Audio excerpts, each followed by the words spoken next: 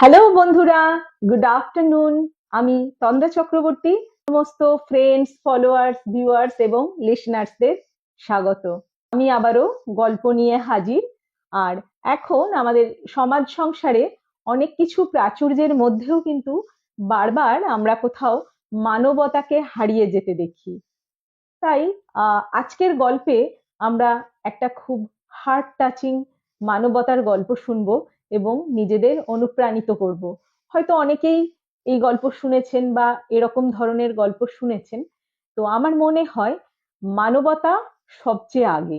আজকের গল্পে বৃদ্ধ বিনয়বাবু, একমাত্র সন্তান, তার পুত্র পীতাম্বর এবং পুত্রবধূ ও দুই নাতি নাতনিকে নিয়ে।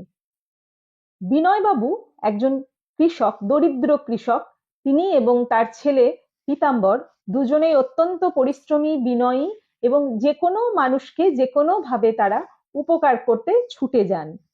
তারা দরিদ্র, তাদের টাকা পয়সা সেরকম ছিল না, কিন্তু তারা কখনো কারো কাছে হাত পাতেননি। তারা তাদের ভীষণই আত্মসম্মান নিয়ে সারাদিন মাঠে পরিশ্রম করে সংসার চালান। এমতাবস্থায় একবার গ্রামে মহামারী দেখা দিল এবং প্রচুর মানুষ সেই মহামারীতে আক্রান্ত হয়ে মারা গেলেন, কেউ কেউ অসুস্থ হয়ে পড়লেন। তো এই বিনয়বাবুরও পুত্রবধূ এবং তার একমাত্র নাতনি মারা গেল। পীতাম্বর তার স্ত্রী এবং কন্যাকে হারিয়ে অত্যন্ত মানসিকভাবে ভেঙে পড়ল এবং তার পুত্র এবং বৃদ্ধ পিতাকে নিয়ে সেও অসুস্থ হয়ে বিছানায় থাকলো দীর্ঘদিন। এমতাবস্থায় তাদের সঞ্চিত যেটুকু যা ছিল সমস্ত কিছু শেষ হয়ে গেল। তাদের নিজেদের আর খাবার মতনও কিচ্ছু থাকলো না। তারা চিকিৎসা তো দূরের কথা, খাওয়া দাওয়াও করতে পারলো না।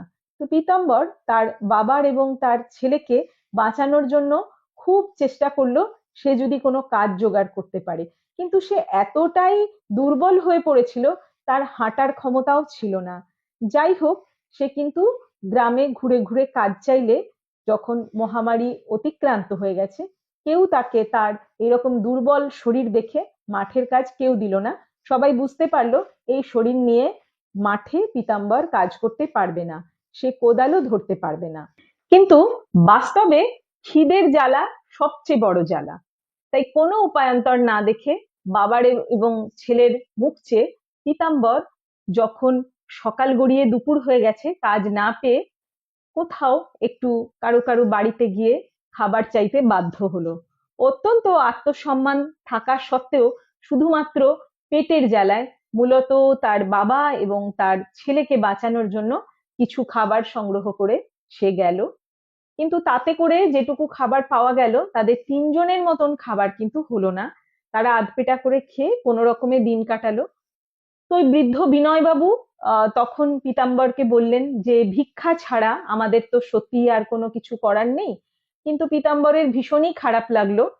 সে বাবাকে বলল, আমি কাল আবারও বেরোবো, আবারও চেষ্টা করব, যদি পাশের গ্রাম পর্যন্ত গিয়ে কিছু পাওয়া যায়।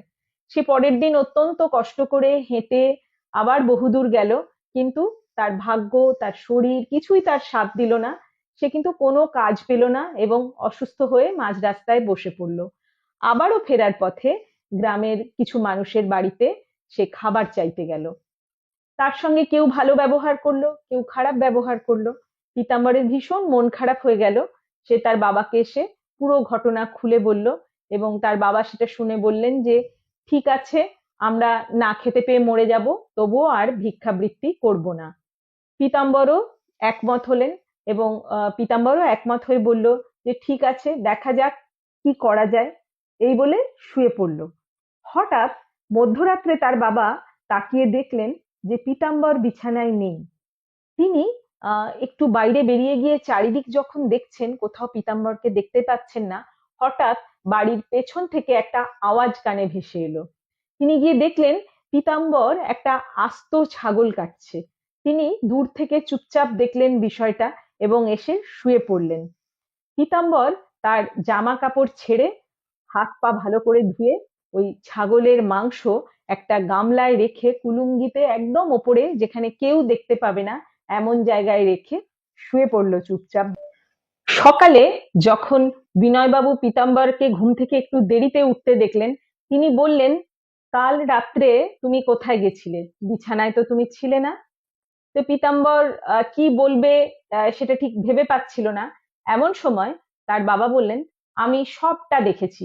তুমি কাল খুব অন্যায় কাজ করেছো। তুমি একটা ছাগল কাটছিলে কেন? তখন পীতাম্বর বলল, আমরা তো কোনোভাবেই কেউ খেতে পাচ্ছি না।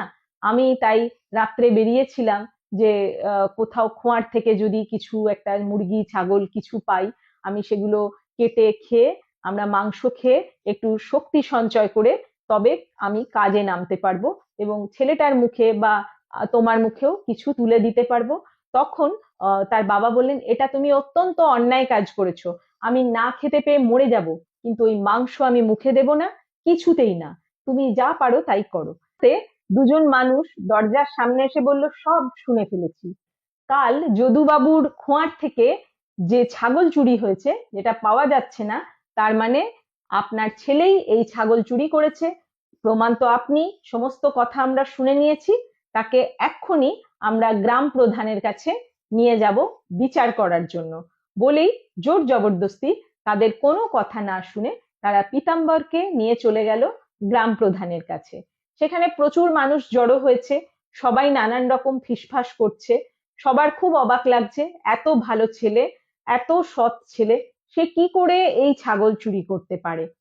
সেখানেই দাঁড়িয়ে থাকা একজন মানুষ ওই গ্রাম প্রধানকে বললেন, এই বিচার কিন্তু আপনার পক্ষে করা সম্ভব নয়। কেননা এসব অনেক প্রমাণ সাপেক্ষ। কে নিয়েছে, কিভাবে নিয়েছে, ছাগল কোনটা, কি, এসব অনেক প্রমাণ লাগবে, যেটা আমাদের দ্বারা এই গ্রামের মধ্যে হবে না। সিটি জজের কাছে পাঠিয়ে দিন, উনিই কিন্তু এই বিষয়টা একদম ঠিকঠাক সমাধান করে দেবেন। এদিকে যদুবাবুকেও গ্রামের লোকেরা চিনতেন। তিনি বড়লোক, তার অনেক ধন সম্পত্তি থাকা সত্ত্বেও তিনি কিন্তু মানুষ হিসেবে মোটেই ভালো ছিলেন না। যদিও সমস্ত মানুষ অবাক হয়ে যাচ্ছে পীতাম্বর এই কাজ করতে পারে কিনা, যদুবাবু কিন্তু কোনো কথা না শুনে পীতাম্বরকে খুবই গালিগালাজ করতে লাগলেন এবং সকলে মিলে, তার লোকজনেরা সব মিলে সিটি জজের উদ্দেশ্যে চলে গেলেন। সেখানে গিয়ে সিটি জজ সমস্ত কথা শুনলেন যদুবাবুর কাছ থেকে। যদুবাবুর কাছে সমস্ত কিছু শোনার পর তিনি পীতাম্বরের বাবাকে অর্থাৎ বিনয় বাবুকে বললেন, আপনি বলুন কি দেখেছেন, ছেলে কোথা থেকে এই ছাগল চুরি করেছে। তখন বিনয় বাবু বললেন, আমি তো তাকে চুরি করতে দেখিনি। আমি দেখেছি আমার বাড়ির পেছনে সে ছাগলটা কাটছে এবং কেটে সেই মাংস যেটা এনেছে সেটাও সে কুলুঙ্গিতে ওপরে তুলে রেখেছে। সেটা আমি জানি, সেটা রান্নাও হয়নি। ধর্মাবতার, আপনি যদি মনে করেন আমি ওই মাংস আপনাকে দিয়ে যাচ্ছি, আর তারপর আমার ছেলের যা জরিমানা হয় করুন, আমরা তো কিছু দিতে পারবো না, আমাদের তো খাবারই পয়সা নেই। তখন ওই জজ সাহেব বললেন যে, আচ্ছা যদুবাবু, আপনার ছাগলটা কি রঙের ছিল, কেমন ছিল, সেটা আপনি প্রমাণ দিতে পারবেন? যে ছাগলটাকে ও কেটেছে সেই ছাগলটা ওই ছাগলটাই ছিল, অন্য কেউ তো সেটা চুরি করতে পারে, ও হয়তো অন্য কোথাও থেকে ওই ছাগলটা পেয়েছিল। কি করে প্রমাণ দেবেন? তাহলে ওই ছাগলের চামড়াটা কিন্তু আমাকে দেখাতে হবে।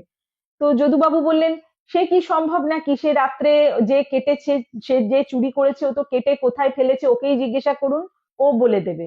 তখন ছেলেটি বলল যে, আমি তো ছাগল কেটে কোথাও চামড়া সরাইনি। পীতাম্বর বলল, আমি তো ওখানেই ফেলে এসেছি, কিন্তু আমি একে বাইরে থেকেই পেয়েছি, আমি চুরি করিনি। এই খোয়ারের বাইরেও ঘুরোঘুরি করছিল, সেখান থেকেই ধরে এনে আমি কেটেছি। তখন জজ সাহেব বললেন, দেখুন যদুবাবু, সমস্ত বিষয়টা কিন্তু বিচার সাপেক্ষ, প্রমাণ ছাড়া কোনো কিছু হয় না। আপনি এক কাজ করুন, যেভাবে হোক ছাগলের ওই ছাল, যেটা স্কিন আর কি, সেটা জোগাড় করুন, প্রমাণ দিন যে এই ছাগলটাই আপনার ছিল, এবং এটাও প্রমাণ করতে হবে যে পীতাম্বর সেদিন আপনার খোঁয়ার থেকে এই ছাগলটা বাইরে বেরিয়ে যায়নি, ও চুরি করেছিল। এই সমস্ত প্রমাণগুলো দিন। ততদিনে তো এই মাংস ফেরত আপনি পাবেন না। এটা ওরাই এখন আপাতত রান্না করে খাক, তারপর বিচার বিবেচনা করে ওদের কি শাস্তি হয় সেটা আমি দেখব। আপনারা এখন চলে যেতে পারেন। এই বলে প্রত্যেককে ওই জজ সাহেব বললেন বাড়ি চলে যেতে। আপাতত আজকের মতো আপনারা মাংসটা রান্না করে খান এবং যে কোনো ভাবে হোক জীবন নির্বাহ করার চেষ্টা করুন। খুব শীঘ্রই হয়তো আপনাদের ডেকে পাঠাবো এই বিষয়টার, যখন সমাধান হবে কে কি নিয়েছে, নিশ্চয়ই আপনাদের আবার ডেকে পাঠাবো। এখন আপনারা বাড়ি গিয়ে মাংস রান্না করে খান। জজ সাহেব আসলে একজন খুবই মানব দরদী মানুষ ছিলেন এবং জজ সাহেবের একজন সহকারী যিনি ওই অফিসে কাজ করতেন, সেই ভদ্রলোকই কিন্তু সেদিন গ্রামের লোককে বলেছিল সিটি জজের কাছে আসতে। সেই সময় তিনি গোটা বিষয়টা একটা মাথার মধ্যে করে ওই ছাগলের ছালটা কিন্তু সরিয়ে নিজের ঘরে রেখে এসেছিলেন এবং খুব তাড়াতাড়ি এসে জজ সাহেব মানব দরদী জানতেন এবং তিনি নিজেও খুব মানব দরদী ছিলেন বলে জজ সাহেবকে পুরো ঘটনাটা উনি বলেছিলেন যে দারিদ্রতার জ্বালা, ক্ষুধার জ্বালা মেটাতেই কিন্তু ওই ছেলেটি এই অন্যায় কাজটি করেছে, না হলে তার মতন ভালো ছেলে কিন্তু গ্রামে একটাও নেই। তখন জজ সাহেবের অত্যন্ত দুঃখ হয়েছিল এবং তিনি বলেছিলেন, আমরা এখনো এমন একটা দেশে বাস করছি যেখানে মানুষকে ক্ষুধা নিবৃত্তির জন্য, শুধুমাত্র পেট ভরানোর জন্য একজন সৎ, সাহসী, বিনয়ী, পরিশ্রমী মানুষকে আমরা মূল্য দিই না, তাকেও চুরির আশ্রয় নিতে হয়। সেই মুহূর্তে উনি ঠিক করেছিলেন যে আজকের মতো উনি ওদেরকে নিষ্কৃতি দেবেন যে কোনো ভাবে এবং তিনি তাদেরকে আগে খেতে দেবেন, ভরপেট খেতে দেবেন এবং সেদিনও তিনি ওই ভদ্রলোককে দিয়েই তাদের জন্য কিন্তু প্রায় 1 মাসের খাবার দাবার পাঠিয়ে দিয়েছিলেন। তারা যখন পেট ভরে খেতে পেয়ে কাজ করার মতন সুস্থ হয়েছিলেন, তখন জজ সাহেব কিন্তু ওই ছেলেটিকে, পীতাম্বরকে ডেকে ওই জজ সাহেবের অফিসে একটি কাজ দিয়েছিলেন এবং তার বাবাকে বলেছিলেন তার অনেক বয়স হয়েছে, তিনি বাড়িতে রেস্ট করুন এবং তার ছেলের মতন সৎ, সাহসী, বিনয়ী ছেলেকে কিন্তু সমাজের ভীষণই দরকার, তাই তাকে কাজ দেওয়া হয়েছিল। এবং পুরো বিষয়টা যতদূর জানা গেছিল, যদুবাবু কিন্তু কিছুতেই ওই ছেলেটিকে প্রমাণ করতে পারেননি যে ওই ছাগলটা ওর, বা ছেলেটি ওই পীতাম্বর ওই ছাগলটা চুরি করেছিল। আর তারপর থেকে কিন্তু পীতাম্বরকে আর কোনোদিন পিছন ফিরে তাকাতে হয়নি। সে আত্মসম্মানের সঙ্গে কাজ করত এবং কোনোদিন কোনো রকম অনৈতিক কাজের সঙ্গে সে ভবিষ্যতে আর যুক্ত হয়নি। তার সন্তানকেও সে সৎভাবে মানুষ করছিল এবং তার বৃদ্ধ বাবাকেও যত্নে রাখতে পেরেছিল। তো এর থেকে আমরা কি শিখতে পারি? হিউম্যানিটি কামস ফার্স্ট, মানবতা কিন্তু সবার আগে। ওই জজ সাহেবও রাজধর্মের আগে কিন্তু মানব ধর্মকে স্থান দিয়েছিলেন। ওই জজ সাহেবের মতন প্রত্যেক মানুষ যদি আমরা একটু আধটু মানবিক হই, আমাদের সমাজে কিন্তু অনেক কিছুর সমাধান আমরা করতে পারি। মানবতা এমন এক জিনিস যা কিন্তু সবসময় মানব সমাজের সব থেকে আসল দিকটাকে তুলে ধরে। তাই সবাই মানবিক হই আসুন, আগে মানবিক হই, তারপরে অন্য কিছু। মানবিক হই, সৎ থাকি, আমাদের মানবিক গুণাবলীগুলোর প্রকাশ হোক, এটাই চাইবো। প্রত্যেকদিন গল্প বলার উদ্দেশ্য কিন্তু সামান্য হলেও একটুখানি সামাজিক উন্নতির কথা ভেবে। তো আজকের গল্প আপনাদের কেমন লাগলো অতি অবশ্যই জানাবেন। খুব তাড়াতাড়ি আবারও অন্য কোনো ভিডিও নিয়ে নিশ্চয়ই দেখা হবে। ততক্ষণের জন্য টাটা।